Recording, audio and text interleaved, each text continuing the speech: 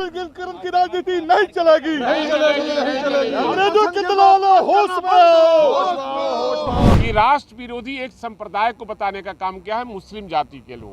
अल्पसंख्यक जमात को राष्ट्रद्रोही साबित करने के लिए अमर्यादित शब्दों का प्रयोग किया। अल्पसंख्यक देश विरोधी ऐसे बयान देने वाले को जरूर माफी मंगवाएंगे। कल भी ये मुद्दा उठेगा। नमस्कार, आप देख रहे हैं DTV भारत। मैं हूं आपके साथ शर्मिला चौहान। आए दिन बिहार में किसी न किसी बयान को लेकर बवाल होता है। खास तौर पर अगर बात करें हम सदन की, तो बिहार विधानसभा का या यूं कहे बिहार विधानमंडल का बजट सत्र चल रहा है। आज छठा दिन था और ऐसे में सदन में एक बार फिर से बवाल हुआ फिर से बीजेपी विधायक के बयान पर जो उन्होंने दिया। हम बात बीजेपी विधायक हरिभूषण ठाकुर बचाल की नहीं कर रहे हैं। एक और बीजेपी विधायक कुमार शैलेंद्र ने एक आपत्तिजनक टिप्पणी, आपत्तिजनक बयान दे दिया है अल्पसंख्यकों को लेकर। उन्होंने अल्पसंख्यकों को राष्ट्र विरोधी बता दिया और फिर क्या था, सदन में बवाल हो गया।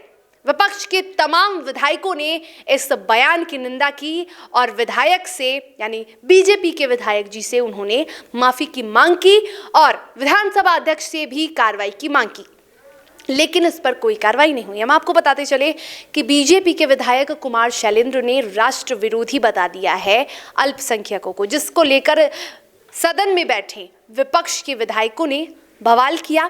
महबूब आलम यानी CPI के विधायक महबूब आलम की बात कर ले, AIMIM के विधायक अख्तरुल इमाम की बात कर ले, इसी के साथ कई ऐसे विधायकों ने लगातार विधानसभा अध्यक्ष से कार्रवाई करने की मांग की और बीजेपी विधायक को माफी मांगने की मांग की। सदन में इसको लेकर जमकर बवाल हुआ, जमकर हंगामा हुआ। विपक्षी विधायक मांग करते रहे, लेकिन उनकी बातों को एक ना सुनी बीजेपी के विधायक कुमार शैलेंद्र ने। हालांकि आपको बता दें कि विधानसभा अध्यक्ष विजय कुमार सिन्हा ने आश्वासन दिया है कि कार्रवाई होगी और उसको लेकर भी अख्तरुल इमाम ने कहा कि सिर्फ और सिर्फ यहां पर आश्वासन दिया जाता है, सदन की गरिमा का ख्याल नहीं रखा जाता है। कभी बीजेपी के विधायक हरिभूषण ठाकुर मुसलमानों को लेकर आपत्तिजनक बातें कह देते हैं, तो कभी बीजेपी के ही विधायक कुमार शैलेंद्र अल्पसंख्यक समुदाय को लेकर आपत्तिजनक बातें कह देते हैं। किसी भी समुदाय, किसी भी धर्म के लोगों को कुछ भी बोल दिया जाता है जो कि गलत है और इससे सदन की गरिमा खराब होती है। पहले बात कर लीजिए।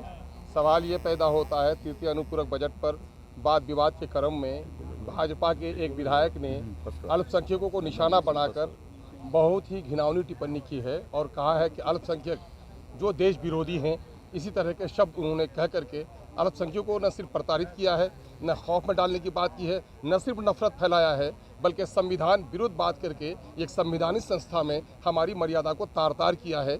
इसलिए सारे लोगों ने मिलकर इसका विरोध किया है। हम मुबारकबाद देते हैं।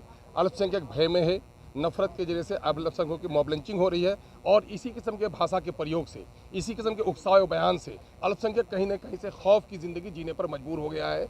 इसलिए हम लोगों ने सदन में इसकी गुजारिश की कि साहब ये सदन नियमावली कुछ भी है वो संविधान के अधीन है। संविधान के अधीन जो नियमावली है उसमें कहीं से गुंजाइश नहीं है कि किसी समुदाय को आप टारगेट करके बात करें। अगर गॉडसे ने गांधी का कत्ल कर भी दिया था तो हम गॉडसे को कह सकते हैं, किसी समुदाय को नहीं कह सकते हैं। लेकिन यहाँ पर अल्पसंख्यकों को निशाना बनाकर कहा जा रहा है और सरकार ये कह रही है कि हाँ देख लिया जाए कार्रवाई, लेकिन सदन से देखा नहीं जा रहा है।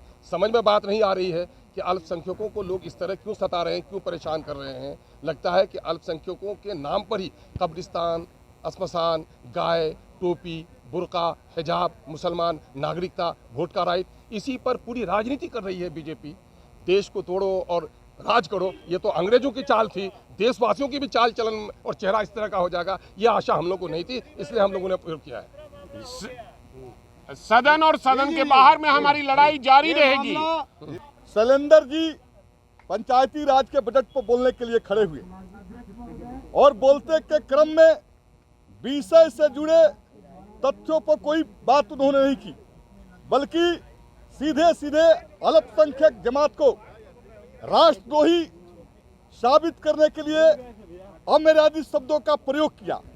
उस अमर्यादित शब्दों के प्रयोग के विरुद्ध राष्ट्रीय जनता दल, वामपंथी पार्टी, AIME और कांग्रेस के लोगों ने ऑब्जेक्ट किया कि सदन के अंदर जब आप संविधान के शपथ लेकर सदस्य बनते हैं, तो इस तरह की बात आप नहीं कर सकते हैं जिससे देश के अंदर, समाज के अंदर कटुता और विभाजन पैदा हो। लेकिन ये उनका क्रम जारी रहा पिछले एक सप्ताह से। जैसे वो लोग कर रहे हैं, भारतीय जनता पार्टी के लोग सदन के अंदर नफरत भरी बयान, उकसावे भरी बयान, इसे समाज में मॉब लिंचिंग का स्पेस बनता है।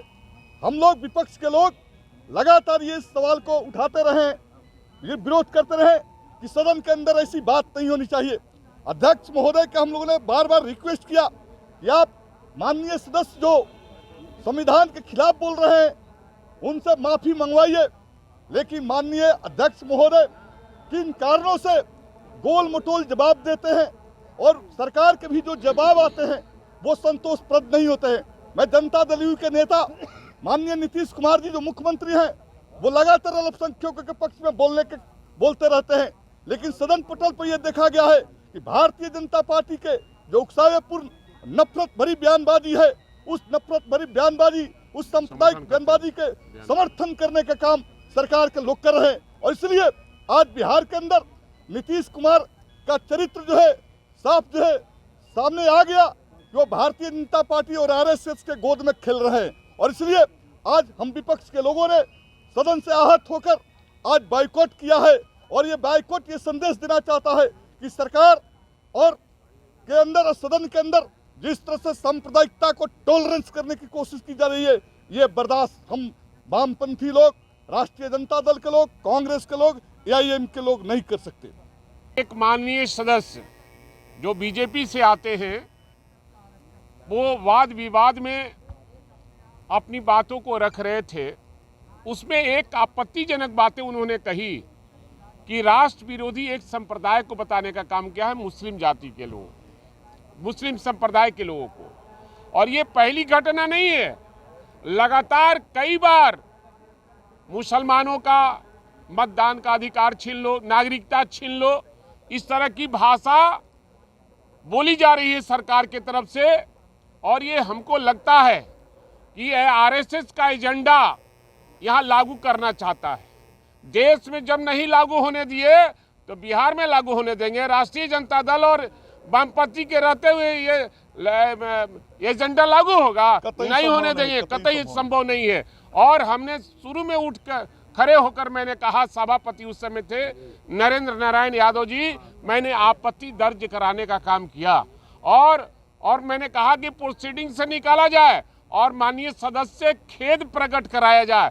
वो बात बढ़ गई और वो खेद भी प्रकट नहीं किए और एक संप्रदाय के खिलाफ में हमेशा विषमन करने का काम करते हैं। वो लोग जो अंग्रेजों के दलाल थे, वो लोग जो अंग्रेजों का तलवा चाटने का काम करते थे, आज वो माफी मांगते थे अंग्रेजों से, आज वो राज कर रहे हैं और देश पर एक संप्रदाय के खिलाफ में जोड़ दिया कि अल्पसंख्यक को टारगेट करके बिहार विधानसभा में जो सदन चलाने की जो प्रक्रिया हो रही है, तानाशाही रवैया अपना के, ये शब्द नहीं बल्कि खुलेआम कहा माननीय एक सदस्य ने बिहार विधानसभा सदन के अंदर। पहले ने जो कहा था सदन के परिसर में, सदन के अंदर कि अल्पसंख्यक देश विरोधी है, इस सवाल के खिलाफ हम लोगों ने जोरदार आवाज बुलंद की। और ऐसी शैतानी ताकत को जब तक माफी मांगने के लिए मजबूर नहीं किया जाए तब तक उसमें सुधार आना संभव नहीं है।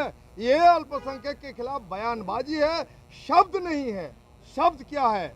आपको झूठ शब्द नहीं इस्तेमाल करना है, असत्य शब्द इस्तेमाल करना है, संसदीय कुछ शब्द है। इसी तरह से आसन से संरक्षण मिलने के कारण ही इन लोगों के हौसले बढ़े हुए हैं और वोट का ध्रुवीकरण के लिए ये अल्पसंख्यक को अपमानित और उसका हौसला पस्त करना चाहते हैं।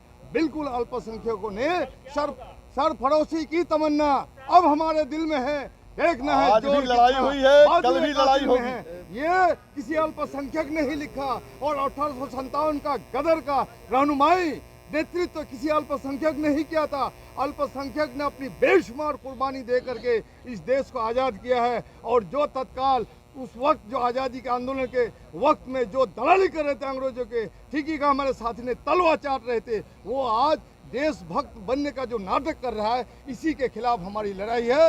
ये सदन है, सदन की गरिमा बरकरार रहना चाहिए। अल्पसंख्यक के खिलाफ कोई बयानबाजी हम बर्दाश्त नहीं कर सकते। खास करके अल्पसंख्यक के नाम पर मुसलमानों का जो नागरिकता छीनने, दोयम दर्जे का नागरिक बनाने और यहाँ तक कि अल्पसंख्यक देश विरोधी ऐसे बयान देने वाले को जरूर माफी मंगवाएंगे। कल भी ये मुद्दा उठेगा।